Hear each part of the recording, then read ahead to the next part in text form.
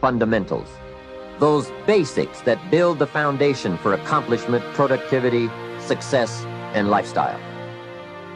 Fundamentals form the beginning, the basis, the reality from which everything else flows. And remember, there are no new fundamentals. Fundamentals are old, well established. Beware of someone who claims to have a new fundamental. That's like someone who claims to manufacture antiques.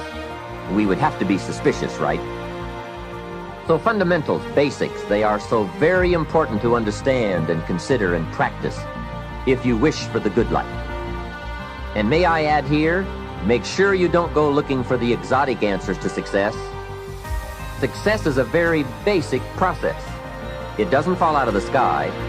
It doesn't have any mysteries, nor does it fall into the realm of the miraculous.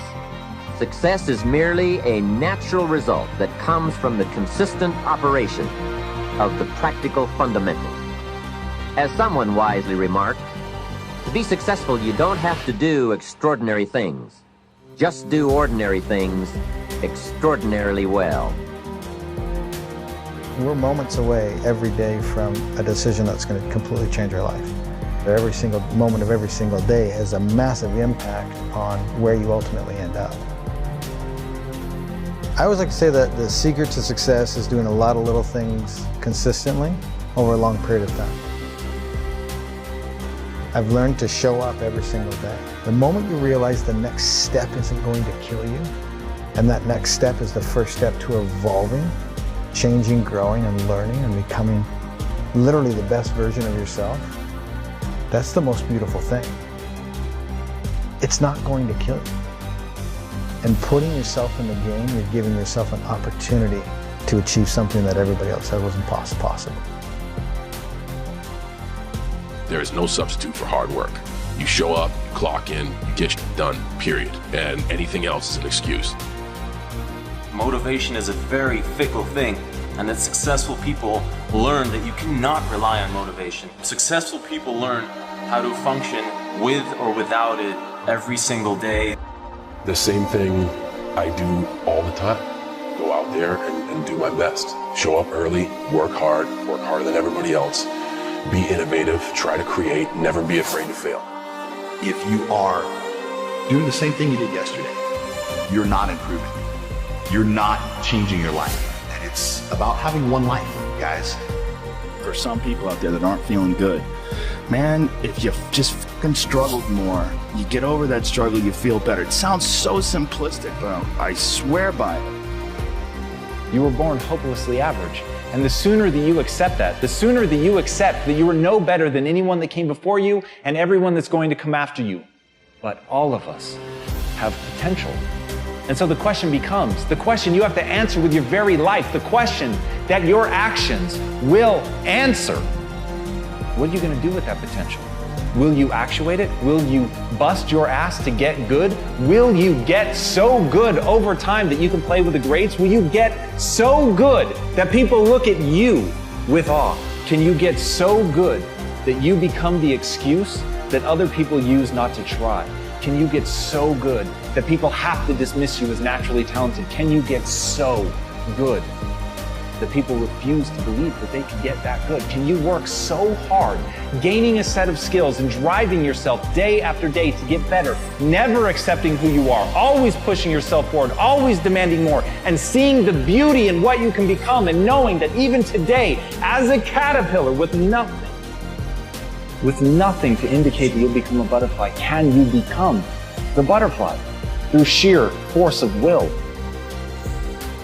Because if you can become that, you become a beacon of hope not for other people, for yourself, because you prove that there really are no limits. When you want something out of life, you've got to be willing to go into action.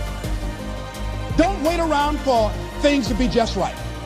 Don't wait for things to be perfect. Don't wait for the ideal situation. It will never be ideal.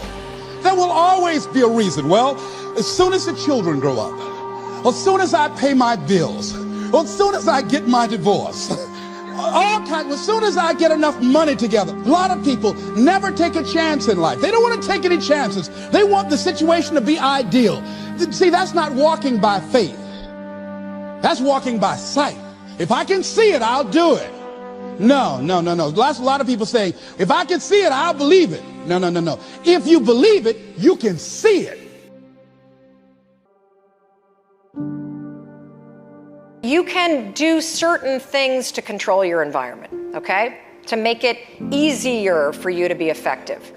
They have proven that distractions that interrupt your flow at work make you stupid.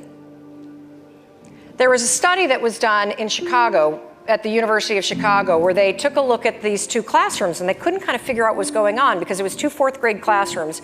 And one of them was on the right side of the hall, the other was on the left side of the hall, and yet every single year, the classroom in the left side of the hall, an entire year behind. Why? They switched the teachers one year. They were looking at the same curriculum. Why? The reason why is there was a commuter rail right outside the window. They went by all day long, constantly distracting the kids. They moved the kids to an empty room across the hall, and within 2 months, they had caught up and were at the same grade level as the other fourth grade classroom.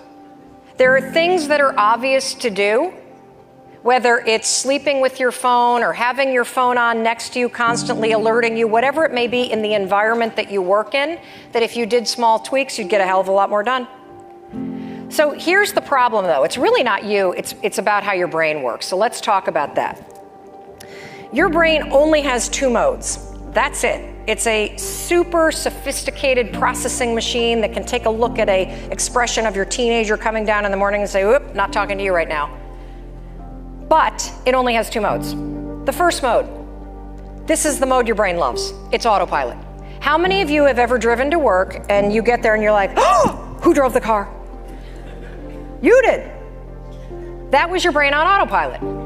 The thing about autopilot is your brain loves to repeat the same thought processes because it doesn't have to work very hard. It's why you drive to work the same exact way every single day. And even when Waze tells you to try a different thing, you're like, "Nope, I'm going this way." It's why you have your coffee the same way every single day. Your brain does not want to work very hard. In fact, your entire life can start to look like this. Because the other mode that your brain works in is manual, and this is where you have to direct your thoughts. This is the moment when you want to get something done, when freaking Donald Sterling hits TMZ, and you've got to figure out how you're going to deal with this. When another player gets arrested, and you got to figure out how am I going to deal with this. When you look at your returns for the year or your production run for the day, and you're like, "Oh my God," or the markets are in crisis, how am I going to deal with this? Well, you're going to figure out what you stand for and what you want the outcome to be. And then you're going to have to use this to direct your thoughts. Because if you don't start directing your thoughts and telling yourself what to do, autopilot will take over. So what is the process of combating that, monkey mind that is, running whatever narrative that's keeping you stuck? Like, it's easy to say, like, just move, you got to take the action. Sure. But a lot of people still, despite understanding that, intellectualizing that, are unable to, basically act as if. Yeah, I think we're dealing with 2 general categories of people who have problems with motivation and focus. And I think we've failed to I think we've failed to describe the fact that there are 2 groups and not one. We think, well, I need to calm myself enough to move forward. I think, and then other people say, well, no, you need to kind of ramp yourself up to move forward. Here's the way I conceptualize it based on the data that I'm aware of. Some people are just hypo-aroused. They're just not motivated enough. And those people would benefit greatly from cultivating practices like superoxygenated breathing. So this is something along the lines of like Tumo type breathing. So rapid, and we look at this in the lab, we're actually running a human study on this now. So 25 or 30 deep breaths through the nose and out through the mouth, then exhaling the breath and holding, learning how to self-generate adrenaline. That's what you're doing when you're doing some version of the Wim Hof technique. Or that's what that is. Brian McKenzie talks about. Right. An ice bath is doing the exact same thing. Stimulating adrenaline response. It actually improves the immune system. There's a published paper on this. Releases adrenaline, which buffers the immune system against infection. But getting good at taking yourself from low energy to higher energy. and then learning how to compress your focus. And I'll talk about the focus thing in a minute. Some people are so agitated, the monkey mind, they got too many things going on and they're thinking, okay, they're trying to sit down and write. I suffer from this. And I'm feeling like, wait, I've also got this person I need to connect with. And I'm kind of being drawn off course by not being able to put the blinders on. For people that have that issue, I think learning how to calm the nervous system is very powerful. And the best way that I know how to do that is based on 2 studies, one published in Nature, one published in Cell Reports recently, showing that physiological sighs, there's actually a thing in the literature called physiological sighs, are one of the fastest ways to bring our overall levels of autonomic arousal down. And a physiological sigh is 2 inhales followed by an extended exhale. So it's like, it's not just a deep breath, it's 2 inhales followed by an exhale, okay? And what that does, and this has been shown several times now in humans and other species as well, is it dilates the little sacs of the lungs, and that second inhale dilates them a little bit more, and it pulls a little bit of carbon dioxide out of the bloodstream so that when we exhale, we offload the maximum amount of carbon dioxide, and it perfectly adjusts the ratio of carbon dioxide and oxygen in the bloodstream and lungs. And sometimes it only takes 1 of these double inhale exhales. Sometimes somebody needs to do 2 or 3. But that's the fastest way to bring the autonomic nervous system down.